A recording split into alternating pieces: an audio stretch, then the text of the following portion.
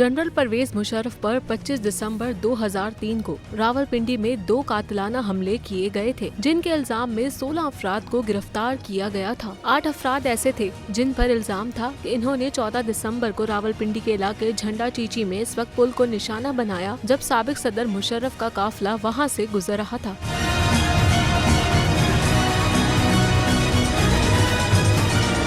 इस हमले में कोई जानी नुकसान नहीं हुआ था। दीगर 8 मुल्जिमान पर रावलपिंडी के ही इलाके झंडा चीची के नजदीक 2 मुख्तलिफ पेट्रोल पंप्स के करीब परवेज मुशर्रफ के काफिले पर खुदकुश हमलों का इल्जाम था, जिसमें साबिक सदर तो महफूज रहे लेकिन 10 अफराद जान से चले गए।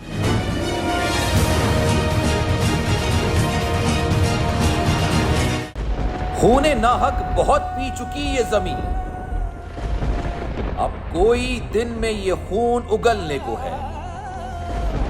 खत्म हो जाएगी ये तमाशागरी, वक्त पलटेगा रोजे जजा की तरह। ये जो पेशावर में ताजा लहू है बहा, एक क़यामत करेगा फलक पर बपा। गम की सलमनाक घड़ी में बोल सानिह पेशावर में शहीद होने वालों के लवाहिकीन के साथ है। सब्सक्राइब करें और बेल दबाएं ताकि कोई खबर रह न जाए।